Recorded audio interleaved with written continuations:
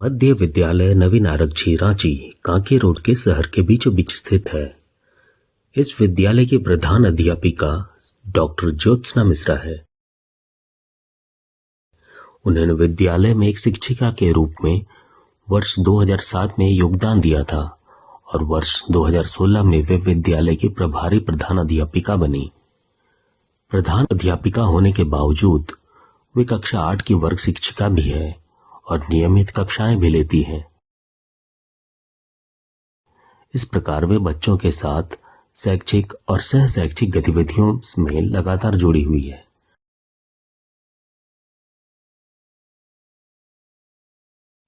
स्कूली बच्चों में संवाद कौशल का विकास के लिए एक अनूठा प्रयास है रांची स्पीक्स। रांची डीएसई श्री बादल राज द्वारा सितंबर 2024 में शुरू किए गए इस कार्यक्रम का मुख्य उद्देश्य है बच्चों में संवाद कौशल का विकास।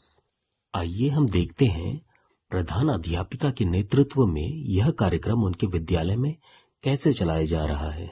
हमारे विद्यालय में भी रांची स्पीक कार्यक्रम बहुत ही जोश के साथ आयोजित किया जाता है। हम जो टॉपिक होता है वो बच्चों को बताते हैं और बच्चे इसकी पूर्ण तैयारी करके आते हैं अपने शिक्षकों की मदद से, अपने बड़ों की मदद से। और जब वो बोलते हैं स्टेज पर आकर या कक्षा में, तो हम कुछ बातों पर उन्हें फीडबैक भी देते हैं। जैसे जब वो बोल रहे होते हैं तो उनका आई कांटेक्ट कैसा है, वो कितने आत्मविश्वास के साथ बोल रहे हैं, उनका हाथ जब बोल रहे हैं तो हाथ का कंडीशन कैसा है, किस तरह से वो खड़े हैं, उनका यूनिफॉर्म किस तरह से दिख रहा है। तो इसका प्रभाव हमने देखा है कि बच्चे बहुत ही आत्मविश्वासी हो गए हैं, बहुत ही कॉन्फिडेंट के साथ बोल रहे हैं, उनका आई कांटेक्ट बहुत अच्छा हो रहा है और भविष्य में वे बहुत ही अच्छे वक्ता बनने की ओर अग्रसर हो।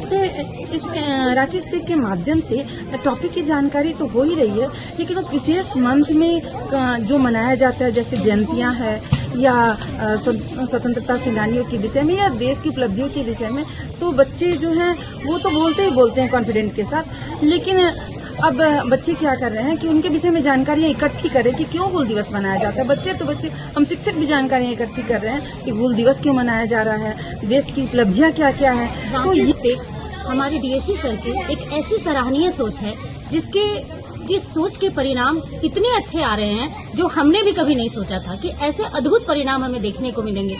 वो बच्चे जो कल तक स्टेज के नाम से डरते थे, हिचकिचाते थे, कांपते थे, आज वो बच्चे निसंकोच होकर के आते हैं और अपनी अभिव्यक्ति करते हैं। लेकिन तो हमारी टीचर्स की ये कोशिश रहती है कि बच्चे, हर एक बच्चे को वो आगे लाएं। इसके लिए अगर जो बच्चे बोल रहे हैं, अच्छा बोल रहे हैं, उसके लिए तो बहुत अच्छा हम लोग अप्रिशिएट करते हैं। उसको क्लासरूम में भी क्लैपिंग कराया जाता है। और जो बच्चे नहीं बोल पाते हैं उन्हें बोलते हैं, बाबू तुम लोग कम से कम स्टार्टिंग करो, 2 लाइन से ही शुरू करो इससे। और सबसे बड़ी बात है कि हम टीचर्स क्या करते हैं, जो बच्चे अच्छा बोलते हैं उनके साथ हम लोग एक सेल्फी लेते हैं। और ये जो सेल्फी स्टैंड है बच्चों ने खुद बनाया है अपने से, और सेल्फी लेने के बाद हम लोग उनके स्टेटस में वो डालते हैं।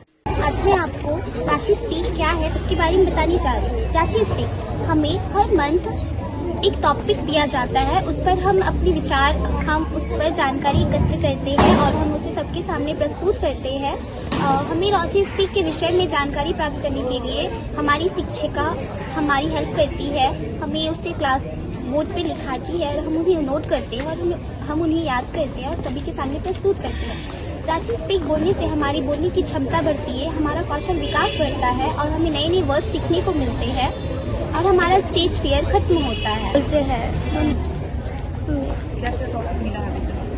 अभी तक हमें टॉपिक इसरो, भारत में विविधता और इस मंथ का टॉपिक है सोशल मीडिया होता था। और मैं बहुत डरती थी स्टेज पे जाने से। जब मैं स्टेज पे जाती थी तो मुझे बहुत डर लगता था कि मैं बोल पाऊंगी या फिर नहीं।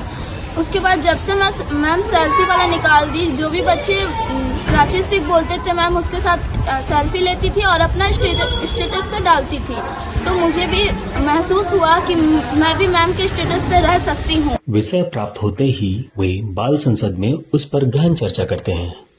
आदरणीय प्रधान अध्यापिका, शिक्षकगण और यहाँ पर बाल संसद के सदस्यों, आप सभी का बहुत बहुत स्वागत करती हूँ। आज ये सभी इस बैठक में हमारे रांची स्पीक्स जो हमें टॉपिक हर महीने दिया जाता है उसके बारे में चर्चा करेंगे। इस पर हमारी कोशिश रहेगी कि प्रत्येक बच्चा को हम लोग स्टेज पर लाएं। जैसे कि हम हम लोग को रांची स्पीक का हर साल टॉपिक मिलता है, तो हम सब बाल संसद का हमें ये जिम्मेदारी है कि प्रत्येक हर एक बच्चों को उन्हें अगले दिन उनका नाम अनाउंस करके उन बच्चों को स्टेज पे लाया जाए। इस बार चेतना सतर्क में टीचर्स के साथ अपनी कोशिश रखेंगे कि बच्चों को भी थोड़ा जागरूक करें और उनसे अपनी प्रेरणा बढ़ाएं, अपने रांची स्पीक को ना और आगे तक बढ़ाएं। कुछ बच्चे अगर बोलना ना चाहे तो हम उन्हें थोड़ा डरा भी सकते हैं,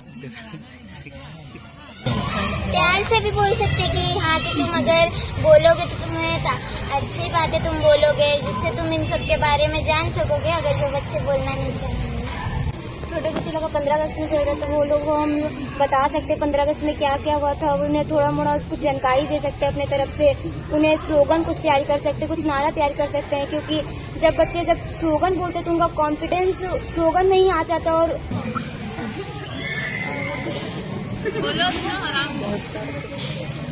बहुत सारे लोग रहते हैं तो सबके सामने बोलने में थोड़ा डर लगता है। बच्चे लोग लड़के लोग स्टेज में नहीं जाने खोजते हैं क्योंकि उन लोग को डर लगता है। तो लड़का लोग को बोलेंगे कि तुम लोग जाओ स्टेज में प्रेजेंट करो, इससे तुम्हारा डर हटेगा, कि अपने आप में विश्वास करो कि हम बोल सकते हैं। तो लड़का लोग भी जागरूक होइए और थोड़ा सा लाइफ में कुछ करिए, पढ़ाई थोड़ा सा करिए। आज हमने इस बार संसद की बैठक में हमने इस रांची स्पीक के टॉपिक के बारे में बातचीत की, जैसे कि बॉयज बोलते नहीं तो उनके बारे में हम उन्हें वो आए स्टेज पर और बोले। जैसे बच्चों को छोटे छोटे बच्चों का अगर समझ नहीं आता तो उन्हें समझाए कि हाँ वो तुम कैसे आके बोल सकते हो, उन्हें सिखाए। इस बारे में हम लोगों ने बातचीत की आज।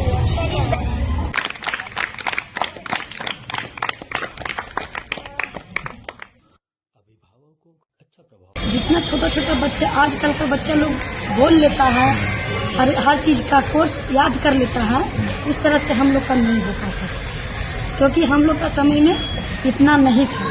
और अब का बच्चा लोग का बहुत स्कूल में बहुत चीज हर तरह का मतलब कि आने लगा है, इसके वजह से बच्चा लोग आगे बढ़ रहा है।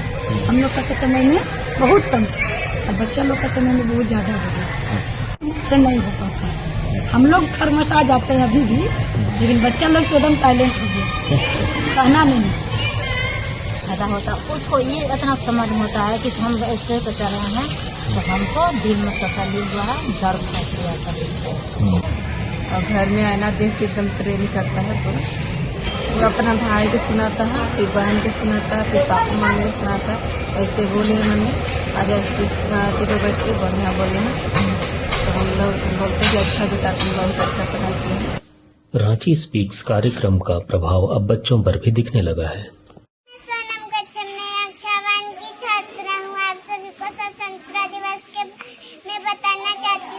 भारत का राष्ट्रीय त्योहार है। हम 15 अगस्त 1947 को आजाद हुए थे। 74 दिवस एक महान दिन है। इस दिन तिरंगा फहराया जाता है और राष्ट्रीय गान भी गाया जाता है। आइए हम अपने भारत के कार्य को जिम्मेदारी, मेहनत और ईमानदारी से करें। हालात चाहे जैसा भी हो, मेहनत करने वालों की कभी हार नहीं होती। आज मैं आप सभी के सामने झरनों का शहर रांची के बारे में बोलने जा रहा हूँ। रांची को झरनों का शहर कहा जाता है क्योंकि इसके आसपास कई खूबसूरत झरने हैं। रांची अपनी प्राकृतिक सुंदरता के लिए भी जाना जाता है। Today I am going to introducing about Kargil Vijay Diwas. आज मैं आप सभी को स्वतंत्रता दिवस के बारे में कुछ बताना चाहती हूँ। 15 अगस्त 1947 को जब हमारा देश आजाद हुआ तब हमने एक नए भारत के निर्माण का संकल्प किया था। आज हम जिस तिरंगे के नीचे गर्व से खड़े हैं वो इसलिए फहरा रहा है क्योंकि किसी ने उसे थामे रखने के लिए अपना खून बहाया था। अतः हमारा कर्तव्य है कि हम उनकी कुर्बानी को व्यर्थ न जाने दें, अपने जीवन में देश के प्रति सच्ची निष्ठा रखें। चाहे हम जिस भी क्षेत्र में होती हूँ आकाश, मैं भी छू सकती हूँ आकाश, मौके की है मुझे तलाश। आज मैं आप लोगों के सामने एक महत्वपूर्ण विषय में बात करना चाहती हूँ, महिला सशक्तिकरण। महिला दिवस हर साल 8 मार्च को मनाया जाता है। पहले हमको तो जब रांची स्पीक बोलते थे तो बहुत हिचकिचाहट होता था, डरते थे स्टेज में आने से कि कैसे बोल पाएंगे, पहले नहीं कर पाते थे। लेकिन जब से हम कोशिश किए तो अभी बहुत अच्छा कर रहे हैं। रांची स्पीक्स में सबसे पहले हम लोग रांची स्पीक्स लिखते हैं, उसके बाद में उसे अभ्यास करते हैं घर में, फिर मिरर के सामने भी देखकर अभ्यास करते हैं। उसके बाद में फिर फ्रेंड्स को भी सुनाते हैं, मम्मी को भी सुनाते हैं, पापा को भी सुनाते हैं और इसी तरह हम तैयारी करते हैं। अगर याद नहीं होता है तो हम लोग मतलब कि 1 लाइन 2 लाइन करके याद करते हैं। उसके बाद हम लोग मैं अपने दोस्तों को सुनाती हूँ। उसके बाद रांची स्पीक्स कार्यक्रम से बच्चों का आत्मविश्वास निश्चित रूप से बढ़ा है। श्री बादल राज सर की दूरदर्शी सोच और डॉक्टर ज्योत्सना मिश्रा जैसे प्रधानाध्यापक और उनकी टीम की मेहनत से यह कार्यक्रम उनके विद्यालय में सफल हो रहा है।